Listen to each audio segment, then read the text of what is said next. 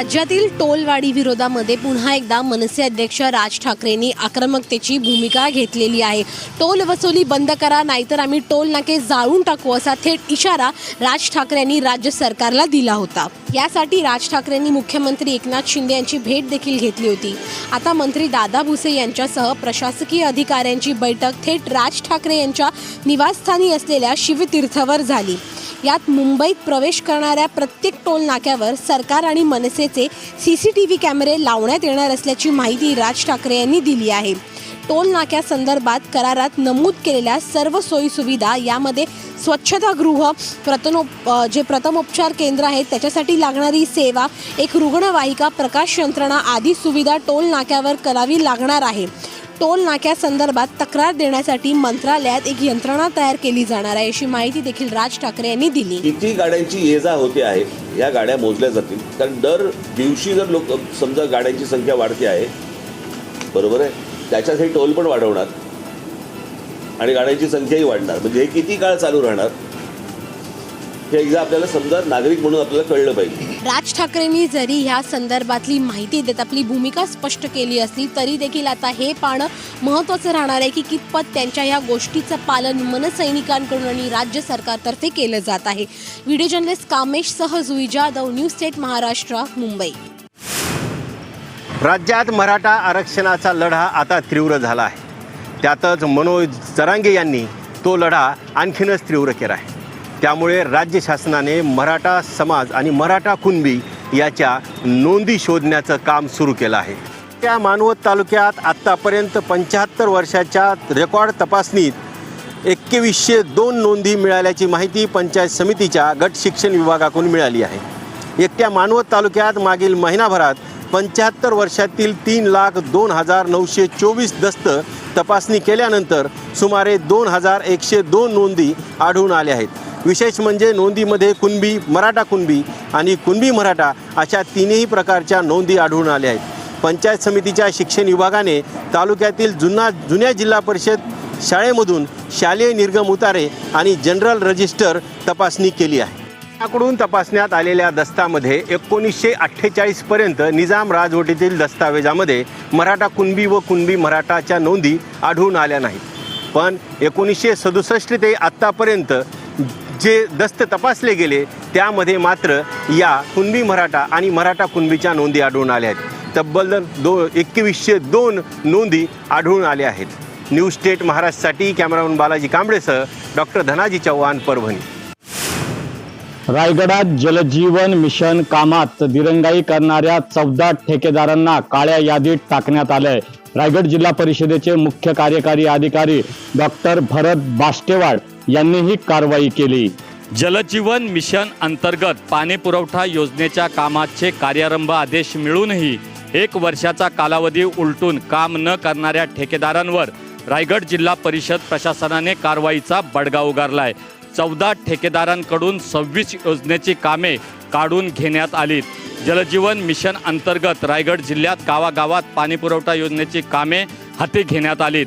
त्या अनुषंगाने मुख्य कार्यकारी अधिकारी डॉक्टर भरत बाष्टेवाड यांनी जलजीवन मिशन योजनेअंतर्गत पूर्ण करण्यात आलेल्या योजना, प्रगतीपथावर असलेल्या योजना, घरोघरी नळ जोडणे याचा तालुकानिहाय आढावा अधिकारी, ठेकेदार, लोकप्रतिनिधी यांच्या उपस्थितीत घेतला होता। हा आढावा घेतल्यानंतर कामात दिरंगाई करणाऱ्या ठेकेदारांवर कारवाईचा बडगा उगारण्यास सुरुवात केली। या ठेकेदारांना 1 वर्षासाठी काळ्या यादीत टाकण्यात आलंय।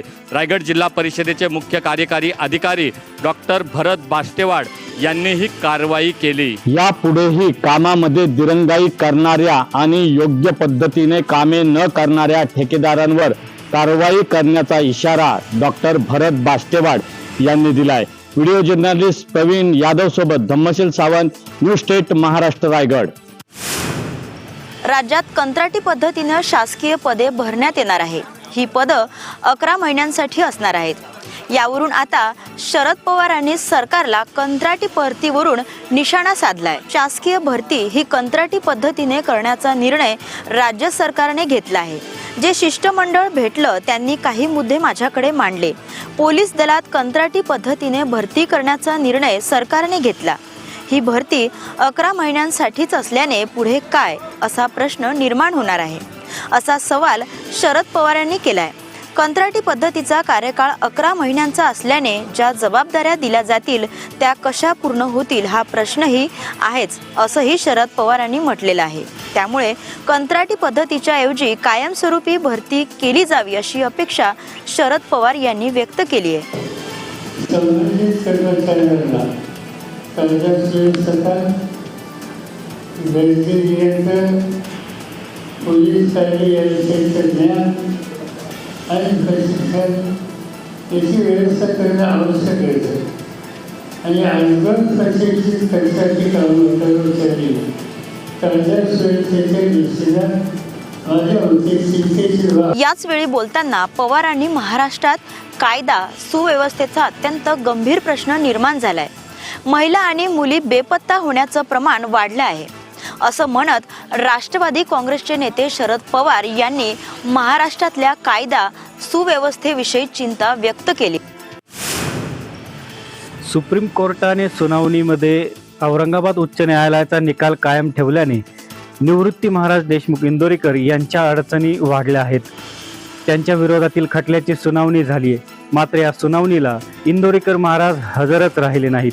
संगमनेरच्या प्रथम वर्ग न्यायदंडाधिकाऱ्यांसमोर ही सुनावणी पार पडली आहे. सर्वोच्च न्यायालयाने औरंगाबाद खंडपीठाचा निर्णय कायम ठेवत इंदोरीकर महाराजांची याचिका फेटाळली होती. त्यामुळे संगमनेर इथल्या प्रथम वर्ग न्यायालयात इंदोरीकर महाराज यांच्या विरोधात खटला पुढे चालू राहणार असून शुक्रवारी त्यांना न्यायालयात हजर राहण्याचे समन्स बजावण्यात आले होते. तरी देखील ते सुनावणीला अनुपस्थित राहिले आहेत. इंदोरीकर महाराज यांनी बाळाच्या जन्मासंदर्भात वादग्रस्त विधान केल्याच्या आरोपावरून त्यांच्या विरोधात प्रथम वर्ग न्यायालयात गर्भधारणापूर्व आणि प्रसूतीपूर्व गर्भलिंग निदान प्रतिबंधक कायद्यान्वये फिर्याद दाखल करण्यात आली होती. इंदोरीकर महाराज आजच्या सुनावणीला उपस्थित राहिले नाहीत. आता पुढची सुनावणी 8 नोव्हेंबर 2023ला होणार आहे. या सुनावणीला तरी इंदोरीकर महाराज उपस्थित राहणार का हे पाहणं महत्त्वाचं असणार आहे. Amol मतकर, news state Maharashtra, Sangamner, Ahmednagar. शिवसेना राष्ट्रवादीमध्ये उभी फूट पडली. हे प्रकरण सुप्रीम कोर्टापर्यंत गेलं. सध्या हे प्रकरण विधानसभा अध्यक्षांकडे आहे. या संदर्भात आज सुप्रीम कोर्टानं विधानसभे अध्यक्षांच्या कार्यकाळावर ताशेरे ओढले. सर्वोच्च न्यायालयाच्या आमदार अपात्रतेच्या प्रकरणावरून विधानसभा अध्यक्षांसमोर सुनावणी होणार आहे. दिरंगाईबाबतच्या याचिकेवर सुनावणी झाली. शिवसेना राष्ट्रवादी काँग्रेस या दोन्ही पक्षाकडून दाखल करण्यात आलेल्या याचिकेवर सर्वोच्च न्यायालयासमोर आज सुनावणी पार पडली. यावेळी विधानसभा अध्यक्ष सुनावणी दरम्यान वेळापत्रक न्यायालयासमोर सादर करण्यात आलं. या संदर्भात न्यायालयानं हे वेळापत्रक दोन्हीही रद्द करण्यात आली. या संदर्भात सरन्यायाधीश चंद्रचूड यांनी विधानसभा अध्यक्षांना चांगलंच सुनावलं. मुद्दा तो नाही, त्याच कृतीला देखील सरन्यायाधीशांनी चांगलंच धारेवर धरलं. जून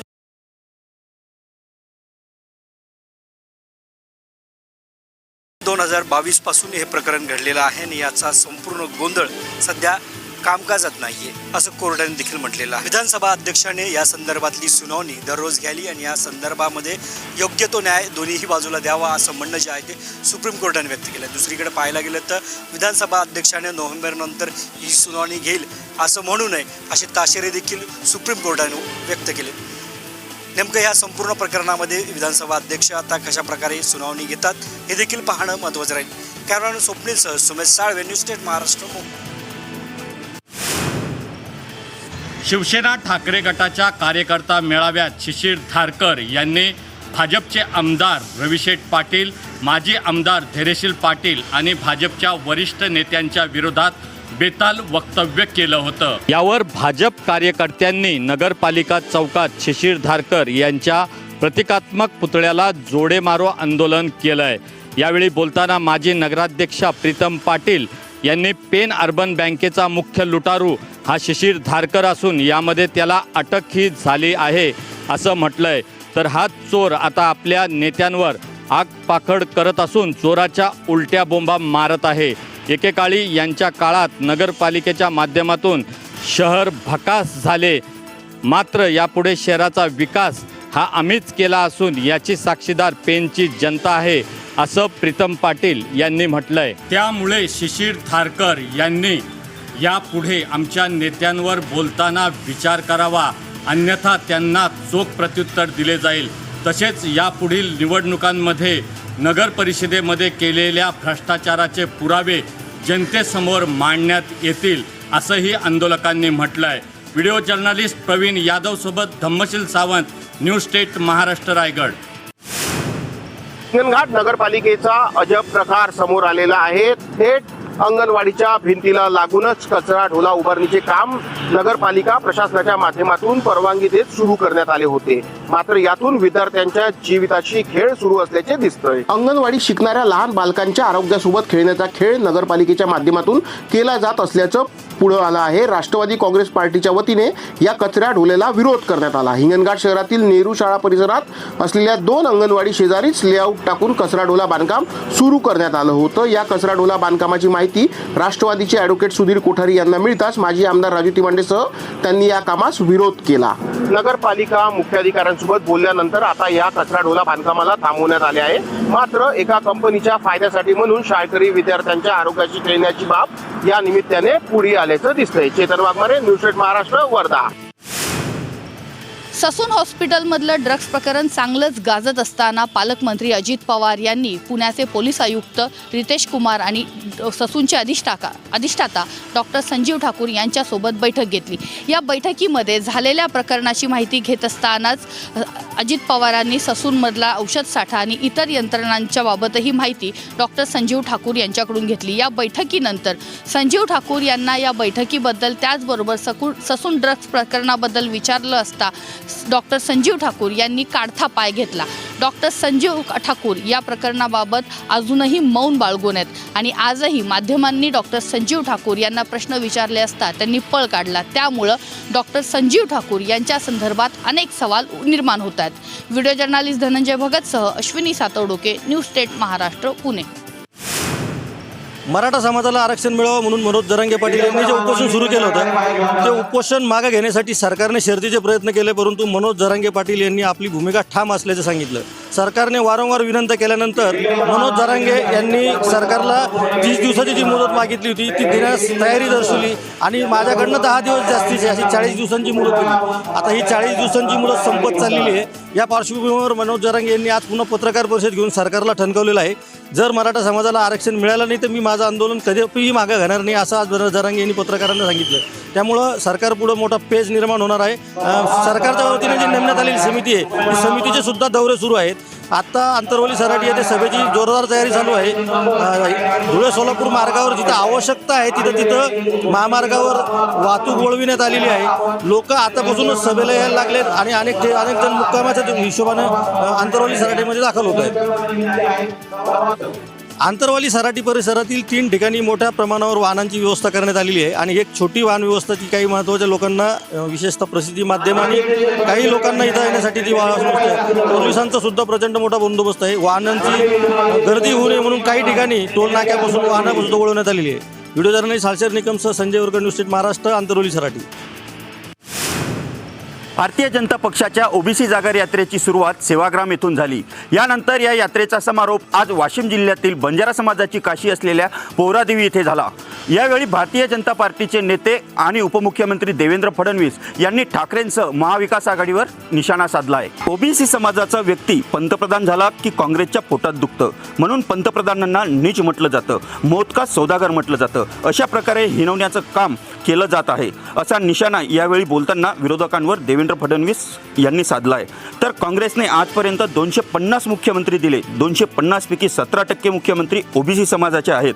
भाजपाने आतापर्यंत 68 मुख्यमंत्री दिले, त्यापैकी 38% मुख्यमंत्री ओबीसीचे होते असा टोलाही देवेंद्र फडणवीस यांनी काँग्रेसला लगावला आहे. त्याला मजबूत राष्ट्र बनवलं, त्याचं नाव नरेंद्र मोदी आहे. आज भारत जगातील 5वी अर्थव्यवस्था झाली आहे. याचं कारण नरेंद्र मोदीचं नेतृत्व आहे. भारत आता अर्थव्यवस्थेत 3ऱ्या क्रमांकावर येणार आहे असा विश्वासही देवेंद्र फडणवीस यांनी व्यक्त केला आहे. Pankaj Gadekar, news state Maharashtra, Washim. महाराष्ट्राची कुलस्वामिनी आई तुळजाभवानीचा नवरात्र महोत्सव येत्या 15 तारखेला म्हणजेच रविवारी विधिवत घटस्थापना करून सुरुवात होतोय. या पार्श्वभूमीवर मंदिर संस्थान आणि नगर परिषद प्रशासनाने तुळजापूर शहरामध्ये जय्यत तयारी केलेली पाहायला मिळते आहे. याच शारदीय नवरात्र महोत्सवाच्या पार्श्वभूमीवर तुळजापूर शहरामध्ये चोख बंदोबस्त ठेवण्यात आला आहे. जागोजागी बॅरिकेडिंग करण्यात आलं आहे. तसेच भाविकांना दर्शन घेण्यासाठी मोठा दर्शन मंडप उभारला गेला आहे. या मंडपात एकाच वेळी 20,000पेक्षा अधिक भाविक थांबू शकतात अशी व्यवस्था करण्यात आली आहे. भाविकांना दर्शनासाठी 3 रांगा करण्यात आल्या आहेत. या दर्शन मंडपाचे काम देखील जवळपास पूर्ण झालं आहे. त्याचबरोबर संपूर्ण शहरामध्ये 150 CCTV कॅमेरे ही बसवण्यात आलेले आहेत. नवरात्री महोत्सवाच्या पार्श्वभूमीवर मंदिर संस्थांनी भक्तासाठी 22 तास मंदिर खुले ठेवण्याचा निर्णय घेतला आहे. या महोत्सवामध्ये भाविकाची गर्दी होत असते, त्यामुळे हा निर्णय घेण्यात आला आहे. Shriram Kshirsagar, news state Maharashtra, Dharashiv, Tuljapur. मंत्री छगन भुजबळ यांच्या प्रतिकात्मक फोटोला मराठा बांधवांच्या वतीनं जोडमार आंदोलन करण्यात आलंय. सोलापुरातील मराठा बांधवांच्या वतीनं हे आंदोलन करण्यात आलंय. मंत्री छगन भुजबळ यांना मराठा समाजाचा द्वेष का, ते मराठा आरक्षणाला विरोध का करत आहेत असा सवाल आंदोलकांनी केला आहे. तर मराठा आंदोलक मनोज जरांगे पाटलांच्या सभेचा खर्च विचारणारे मंत्री छगन भुजबळ कोण, असाही प्रश्न आंदोलकांनी भुजबळ यांना केला आहे. तर मंत्री छगन भुजबळ यांनी OBC मीटिंगमध्ये केलेली भाषणाची ऑडिओ क्लिप सध्या व्हायरल होत आहे.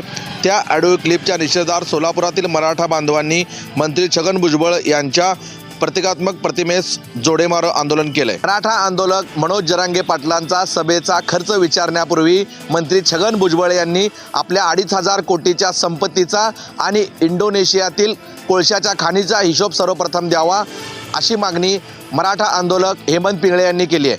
न्यूज स्टेट महासाठी विशाल भांगे, सोलापूर. मुख्यमंत्री एकनाथ शिंदे साखर कारखानदारांच्या ताटाखालचे मांजर झालेत अशी घणाघाती टीका स्वाभिमानी शेतकरी संघटनेचे अध्यक्ष माजी खासदार राजू शेट्टी यांनी केली आहे. मुख्यमंत्र्यांना आम्ही कर्तृत्वान समजत होतो. एक रकमी FRP देण्यासंदर्भात शासन निर्णय व्हावा याबाबत अनेक वेळा त्यांचे उंबरे झिजवले, मात्र अद्याप शासन निर्णय घेतला नाही. जे उपमुख्यमंत्री अजित पवार आणि कारखानदारांच्या मनात असेल तेच राज्याचे धोरण असणार आहे. मुख्यमंत्री एकनाथ शिंदे आणि उपमुख्यमंत्री फडणवीस त्याला फक्त म्हणणार असंही राजू शेट्टी यांनी म्हटलंय. तर स्थापन केलेल्या समितीच्या बैठकीतून काही निष्पन्न होणार नाही. खरं तर या बैठकीला काही अर्थच नाही, कारण महाराष्ट्राचे मुख्यमंत्री एकनाथराव शिंदे साहेब म्हणजे कर्तृत्ववान आणि जनतेच्या प्रश्नाची नाळ ओळखणारे आहेत असं आम्ही समजत होतो. परंतु ते तरी साखर सम्राटांच्या ताटाखालचे मांजर निघाले. शेतकऱ्यांना मागील हंगामातील उसाचा 400 रुपये दुसरा हप्ता हवा आहे आणि तो आम्ही घेतल्याशिवाय गप्प असणार नाही असा इशाराही यावेळी माजी खासदार राजू शेट्टी यांनी दिला आहे. Shrikant Patil, news state Maharashtra, Kolhapur. पंतप्रधान नरेंद्र मोदी यांनी आज G20 देशाच्या संसदीय शिखर परिषदेला संबोधित केलंय. यावेळी बोलताना त्यांनी दहशतवादाचा मुद्दा देखील उपस्थित केलाय. यावेळी जगभरात शांतता आणि बंधुभाव निर्माण करणं गरजेचं आहे. सर्वांनी एकत्र येऊन पुढे जाण्याची हीच योग्य वेळ असल्याचंही पंतप्रधानांनी म्हटलंय. जगाच्या वेगवेगळ्या भागामध्ये जे काही घडतंय त्यापासून कोणीही दूर राहिलेलं नाही. दहशतवादांच्या झळा सगळ्यांनाच बसतायत असंही पंतप्रधान मोदी यांनी म्हटलंय. संपूर्ण जग हे वेगवेगळ्या संकटाशी संघर्ष करत आहे. संकटाशी झुंजणारं हे जग मानवतेच्या हिताचं नाही. मानवतेच्या समोर वेगवेगळी आव्हानं आहेत असंही पंतप्रधान मोदी म्हटले. जगाच्या विकासासमोर जी संकटं आहेत त्यावर मात करून मानव केंद्रित विचारसरणीसह आपल्याला पुढं जावं लागेल. One earth, one family, one future हा दृष्टिकोन ठेवून आपल्याला पुढं जावं लागणार असल्याचं मत यावेळी बोलताना मोदी यांनी व्यक्त केलंय. दहशतवादाच्या मुद्द्यावर सर्व देशांचं एकमत नसणं हे खूप क्लेशदायक असल्याचं मतही यावेळी मोदी यांनी व्यक्त केलं आहे. कॅमेरामॅन आशिष सोबत आजिनाथ शिंदे, नवी दिल्ली.